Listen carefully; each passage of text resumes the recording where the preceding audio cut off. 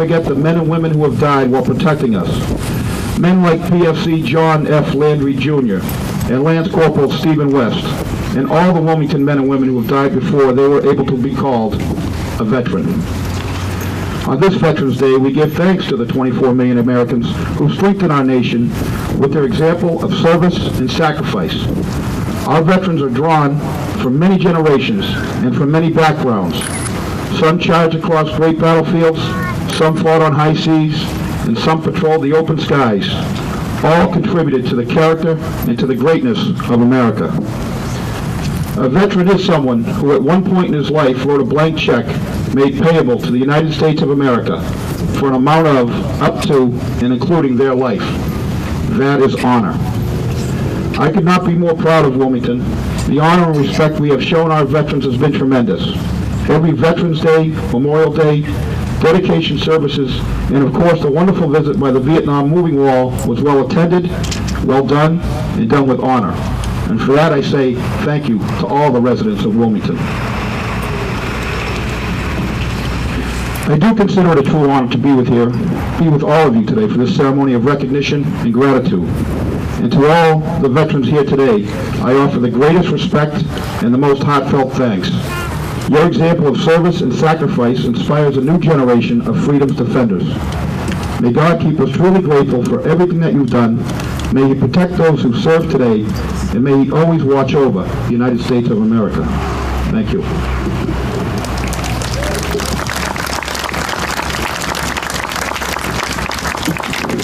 I would like to now invite Beth Souza, representing Representative Jim Maselli, to say a few words.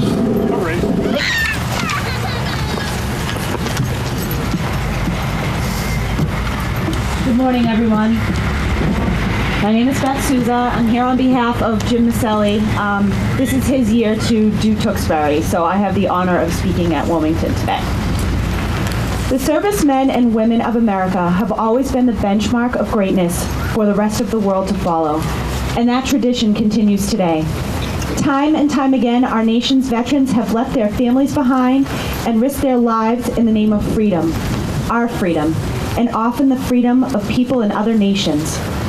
This 11th day of November, 2008, is particularly meaningful to our nation and the Commonwealth of Massachusetts as we reflect and remember service members who lost their lives as a result of the recent conflict in the Middle East. On this Veterans Day, let us pay tribute to honor those brave men and women who have helped us uphold our values while protecting the state and our nation in past and present conflicts. The efforts of our men and women can never be fully repaid, but in addition to our gratitude and thanks, it is our job to do whatever we can on their behalf. To that end, the Massachusetts legislature has worked vigorously to honor veterans by passing various bills and initiatives to show the Commonwealth's appreciation for their service. Chapter 1 of the results of 2008 created a 19-member special commission called the Special Commission Relative to the Hidden Wounds of War on Massachusetts Service Members.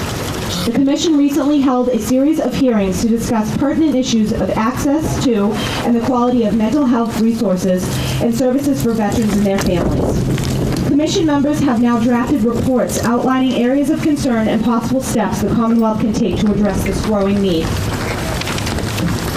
The legislature approved over $20 million in funding for fiscal year 2009 with benefits for veterans in need.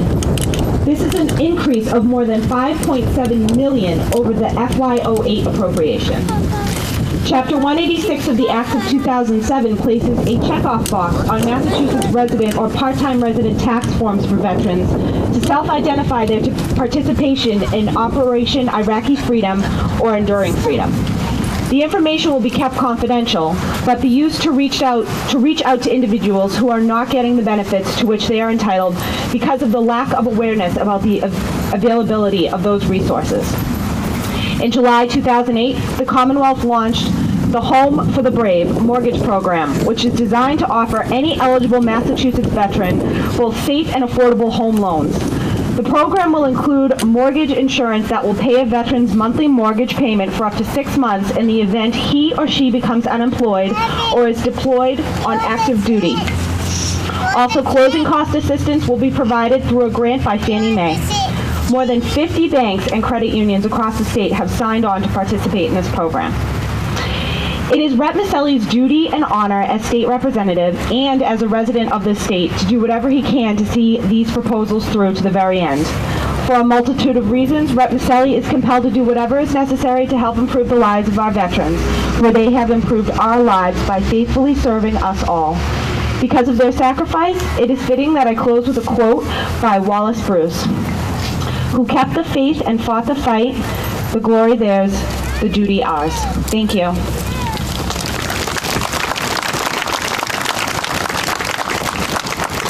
Thank you, Beth. I'd like to also recognize that Wilmington's town manager is here, Michael Kyra, the Board of Selectmen, Mike McCoy, Ray Lepore, Charlie Fury, and myself. Before I invite Mike Newhouse up to speak, I see Senator Tarr is here. I'd like to invite him up to say a few words. Senator Bruce Tarr.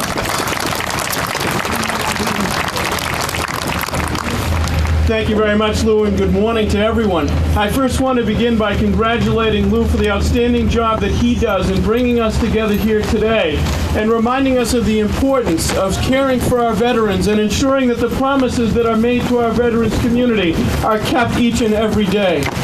And what a tribute it is to our veterans to come and stand here with you, and how proud I am to stand here with you to see all of these citizens of Wilmington on this town common, to see that parking lot filled, and to understand that this is a community that understands the value of the service of our veterans, and understands the importance of standing here in the center of this community and opening our arms and our minds and our hearts and our mouths and saying thank you. Thank you for making the sacrifices that we may never fully understand of life and of limb, and in some cases of your own psychology. Thank you for allowing us to continue in the legacy of Americans of having freedom of expression and speech and association, because you left the comfort of your homes and the caring embrace of your neighborhoods to walk into the face of terror and the battle scars that you received. Thank you for counting us worthy as Americans of your service, of standing up and fighting and making those sacrifices for the ideals that we share. And now it lies to us to be good stewards of that legacy, to understand that those men and women who put on the uniform of our country always did so with the singular purpose of expanding peace and justice and liberty for all, and that in the history of the world makes them unique, and that makes our cause unique. To never give up the dream that every person will be able to share in those things for which they have fought. And how pleased I was to stand here in this town on Election Day and see lines at the polls and people exercising their right in this democracy and honoring in that way the service of our veterans as well. It is true that there is a role for each and every one of us to play. Our legislative delegation in the State House appropriates dollars and ensures that programs are kept in place and expanded to take care of the veterans who have taken care of us. But there's a role for all of us to lobby our federal delegation in Congress, to walk the halls of the State House as a team, not just as legislators, but as a team. And when we walk down the street and we see someone who's just returned from a foreign land and a difficult conflict and has given up the comforts of their life that they would have had they not gone abroad, to reach out our hand, to give them an embrace, to say thank you. That as proud Americans, we value what they do. We're proud to be their neighbors, and we love them in the patriotic sense of the word, and always will. May we always return to this place and never forget what they have done, because the men and women who have served in our military have and are continuing to transform this world into a place where respect for each and every individual is not an anomaly, it is the norm. That is our legacy, that is their legacy. Let us always share it together and be so proud of the men and women who serve our country. Thank you very much.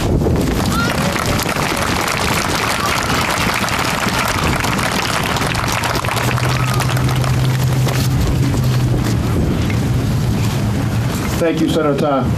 I'd now like to introduce the Chairman of the Board of Selectmen here in Wilmington, Mike Newhouse, to say a few words.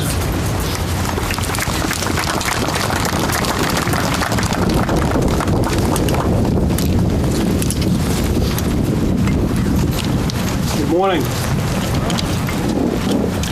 Veterans, visitors, family and friends, on behalf of the Wilmington Board of Selectmen, thank you all for coming, and thank you all so much for providing me the privilege of being just a small part of this ceremony. As I've often said, that while it's especially important to honor our men and women in uniform on days like this, it's just as important to honor them throughout the year. And I've long believed that the best way to truly honor them is by emulating them and to try to demonstrate the values that they share during the course of our everyday lives. So earlier this morning, I reflected on the fighting men and women that I have known and those who have served to defend the freedom of nearly every generation of Americans for over 200 years. I asked myself, what are the qualities that make this breed of American so special? What is the basis for the profound respect, the deep admiration, and the heartfelt gratitude that we all share for our veterans? As often is the case, reflections like these immediately made me think of my grandfather, a man who, like so many of his generation, enlisted in the United States Army and spent 5 years of his life serving his country and the cause of freedom. Much of his time was spent trudging through the jungles of the Pacific. So when I think about my grandfather and so many veterans like him, many words come to mind. Words like bravery, resilience, and discipline. I think of words like courage, sacrifice, and honor. But if I had to sum up my grandfather in one word, and indeed so many veterans like him, that word would be dignity. To me, dignity is that quality that enables somebody to be both proud and humble all at the same time. And while it's not a word that's used all that often these days, it is the quality of which the American soldier, sailor, airman, Marine, reservist, and guardsman have become the embodiment. For more than 2 centuries, during every single war, conflict, and crisis, from Iwo Jima and Normandy to Korea, Vietnam, Kuwait, Afghanistan, and Iraq, the American warrior has constantly reminded us of what it means to live and indeed what it means to die with dignity. When I think of our servicemen and women, and when I think of my grandfather, I'm reminded that a man with dignity doesn't have to brag about what he's capable of doing. He just does it. I'm reminded that a man with dignity is too proud to whine or to complain or to attack the reputation of others just to get his way or to make more money. A man with dignity is humble enough to graciously accept constructive criticism. But if you attack his country, his freedom, or his family, he'll knock your block off. A man with dignity is humble enough to be less concerned about what's good for him than what's best for others. A man with dignity appreciates the value of a dollar, and he'll work his tail off to support his family. But if he can't improve his station in life simply by playing by the rules, then he's humble enough to just go without. Indeed, Veterans Day is and should be about honoring the extraordinary sacrifices that generations of heroes in uniform have made in the defense of America and for the cause of liberty at home and abroad. Today is and always should be about recognizing and celebrating the bravery, the selfless dedication, and the distinction of our servicemen and women, especially during times of war, conflict, and danger. But also, let's continue to remember what our veterans teach us about how to live and how to treat each other. Let's continue to honor our veterans throughout this next year by demonstrating the same kind of dignity that they have come to exemplify. By acknowledging our veterans in this way, we not only pay tribute to the incredible contributions that they have made to our way of life, but we also will make this great town of Wilmington an even better place in which to live. Thank you all very much.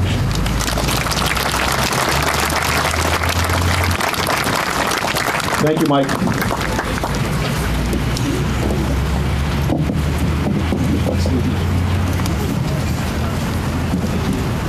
Okay, now I'll invite the chaplain, Eddie Williams, to come place a wreath. I'm also going to invite Major Jeff Johnston, United States Air Force, Iraq. You don't need the... That's Sergeant First Class Todd Woodrow, Army, Iraq. I'm sorry, Major Johnson's Afghanistan. Specialist James Colbert, U.S. Army, Iraq. And Lance Corporal Tim Ryan, United States Marine Corps, Afghanistan. Just got home. He's going back tomorrow down to North Carolina. Just got back from Afghanistan. All these gentlemen, I'm also going to invite them up to, after they place the wreath, to unveil the monument.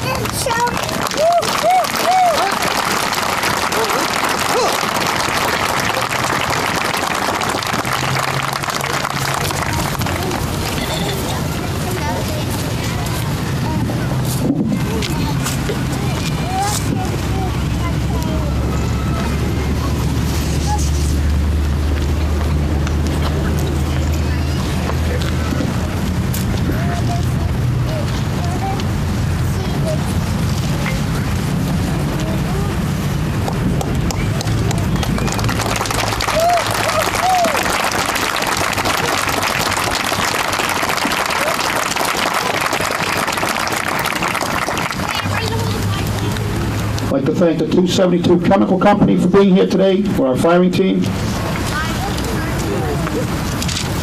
Commander on the firing squad, prepare to fire, volley at 3.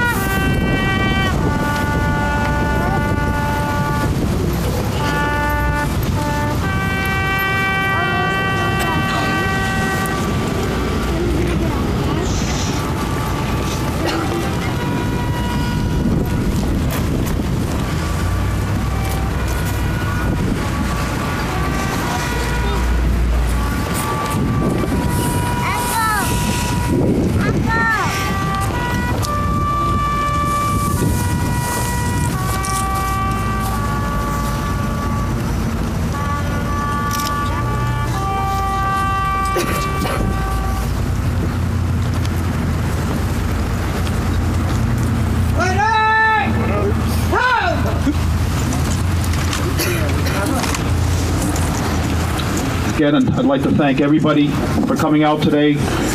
We had the two conflicts, Afghanistan and Iraq, engraved on the monument here behind us.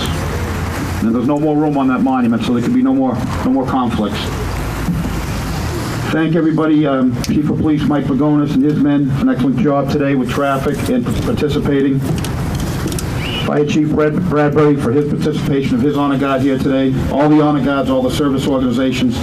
Superintendent of Public Buildings and Grounds, Roger Lassard, and his men for their help of setting up the sound equipment and doing a wonderful job on the common with Superintendent of Public Works, Don Onisette. I'd also like to thank Eddie Williams from the VFW for helping me again today, good Sergeant at Arms, good acting chaplain. I also want to remind everybody the Wilmington Museum has a display on in the 4th of July building across the street, some Wilmington memorabilia from World War II and some other conflicts. And that'll be open, I think, for another hour or so, and it's going to be open this evening from 7 to 8.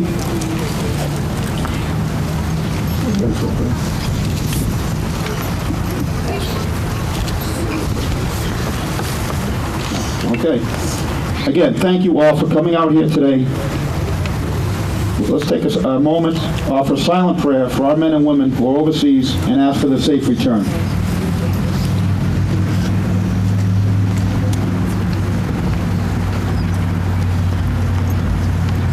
Thank you. I'll ask the Wilmington High School Band, again, thank them as well for participating today, to play a march and have the veteran units, honor guards, pass and review as they exit the area.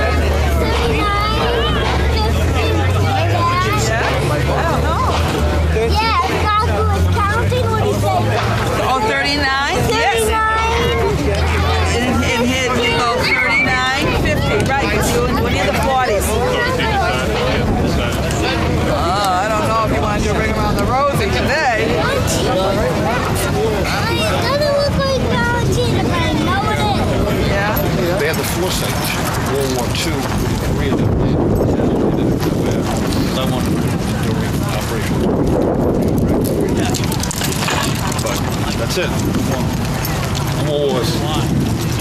Can't do it. I'm calling the Department of Defense. Yeah, it has to go.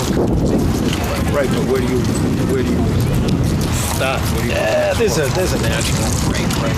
No, but I mean, like, you got the Revolutionary War all the way to Iraq. You know what I mean? It flows. What do you do?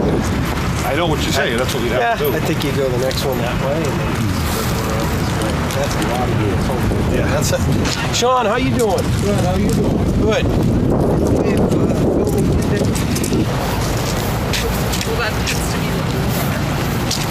Warm and toasty. Sometimes ski boots aren't.